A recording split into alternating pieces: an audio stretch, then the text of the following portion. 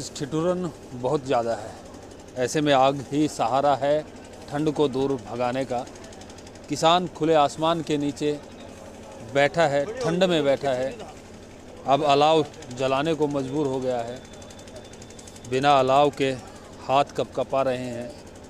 ऐसे में भी किसान आंदोलन के चलते सड़क पर डटा है, एक उम्मीद लेकर कि सरकार को झुकाएंगे और अपनी मांग पूरी कराएंगे। कुछ किसान साथी हमारे साथ हैं, उनसे ही जान लेते हैं, सीधी बात करते हैं।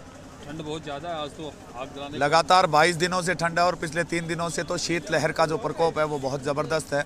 बहुत सारे बुजुर्ग किसान हमारे शहादत को प्राप्त हुए, लेकिन हम तो आर पार की लड़ाई लड़ने के मूड में आए हैं। खेती किसानी को कॉरपोरेट घरानों से बचाने के लिए आए हैं।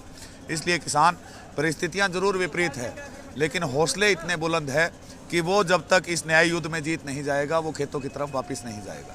कल संत राम सिंह ने भी आत्महत्या करनी पड़ी। ऐसा दौर आ गया कि अब किसान का हौसला पस्त सा होने नहीं लगा।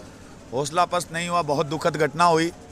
ऐसा कदम कोई भी किसान साथी नहीं हटाए, क्योंकि जो संघर्ष है वही रास्ता है। आत्महत्या इस चीज़ का कोई रास्ता नहीं है। अति दुखद घटना है, हम उन्हें नमन करते हैं, लेकिन कोई भी किसान साथी ऐसी घटना ना उठाए। सभी संघर्ष करने के लिए आए हैं और संघर्ष में निश्चित तौर पर संघर्ष करने वाले लोगों की जीत होती है। आंदोलन आप 22 दिन से देखें, सरकार ये चाह रही थी कि ये लोग टूट जाएंगे। ये लोग जो है ये आपस के अंदर इनके झगड़ा हो जाएगा, भीड़ कम होगी, लेकिन 22 दिनों से लगातार भीड़ बढ़ती जा रही है। रोज आंदोलन में 3 लाख से लेकर 4 लाख तक किसानों की वृद्धि हो रही है। मामला अब सुप्रीम कोर्ट में भी चला गया है। क्या लगता है, कोर्ट से हल निकलेगा या सरकार ही निकालेगी? ईश्वर के बाद अगर कहीं इंसान न्याय की उम्मीद करता है तो वो न्यायालय है, और न्यायालय में सर्वोच्च न्यायालय ने जिस प्रकार कल टिप्पणी की है कि ये मुद्दा जल्द राष्ट्रीय मुद्दा बनने जा रहा है, ये किसी एक राज्य का मुद्दा नहीं है, उससे हमारे अंदर उम्मीद की किरण जगी है। और सर्वोच्च न्यायालय के CGI से हम उम्मीद करते हैं कि वो इस डेडलॉक का कोई न कोई अंत निकाले और सरकार को किसानों की बात सुनने पर मजबूर करे, उन्हें आदेश करे कि इतने ठंड के मौसम में देश की 68% पॉपुलेशन जो है वो यहाँ बैठी है, ये गलत है। इन लोगों से बात करके इनका समाधान निकालिए, जो ये चाहते हैं वो कीजिए। तो इस हाड़ कपा देने वाली सर्दी में कब तक सड़कों पर डटे रहेंगे? सड़कों पर तो हम लोग सोच के आए हैं, 1 साल की तो सोच के आए हैं। जैसे हरियाणा के अंदर हम लोग गेहूं बीज के आए हैं, गेहूं काटने तक हमें कोई काम नहीं है, यानी मार्च महीने तक हमें कोई काम नहीं है, तो मार्च तक का तो प्योर है। उसके बाद भी हम घर में 1-1, 2-2 अपने बच्चे छोड़ के आए हैं जो आगे बिजाई कर सकते हैं। बहुत लंबे संघर्ष की, जब इतना बड़ा संघर्ष होता है तो उसमें शहादतें भी देनी पड़ती है और घर परिवार को भी छोड़ना पड़ता है। शीतलहर चल रही है, पाला भी जमने लगना है, कैसे डटे रहेंगे सड़क पर?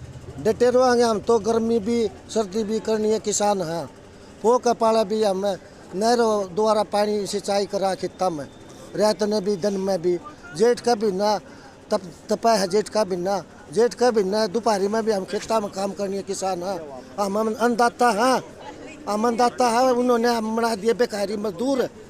हमें दान करा, अपना पेट भरा, अपने पशुओं का पेट भरा, अपने जानवरों का पेट भरा, और फालतू अनाज हम बेचा है, उनका बदला हमने क्या मिला है?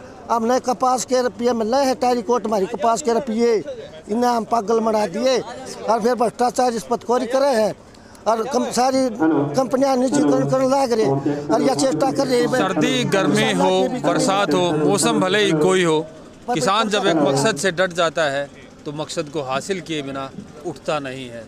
अपनी फसल की सिंचाई सर्दी में भी करता है, बरसात में भी खेत में रहता है। कितनी ही भीषण गर्मी हो, वो गर्मी भी सह जाता है। तो ये सर्दी किसान के हौसले को डगमगाने नहीं देगी। किसान सरकार को झुकाकर ही जाएंगे, अपना मकसद हासिल करके ही जाएंगे।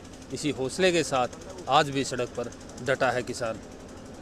प्रवीण कुमार धनखड़, पंजाब केसरी, टिकरी बॉर्डर।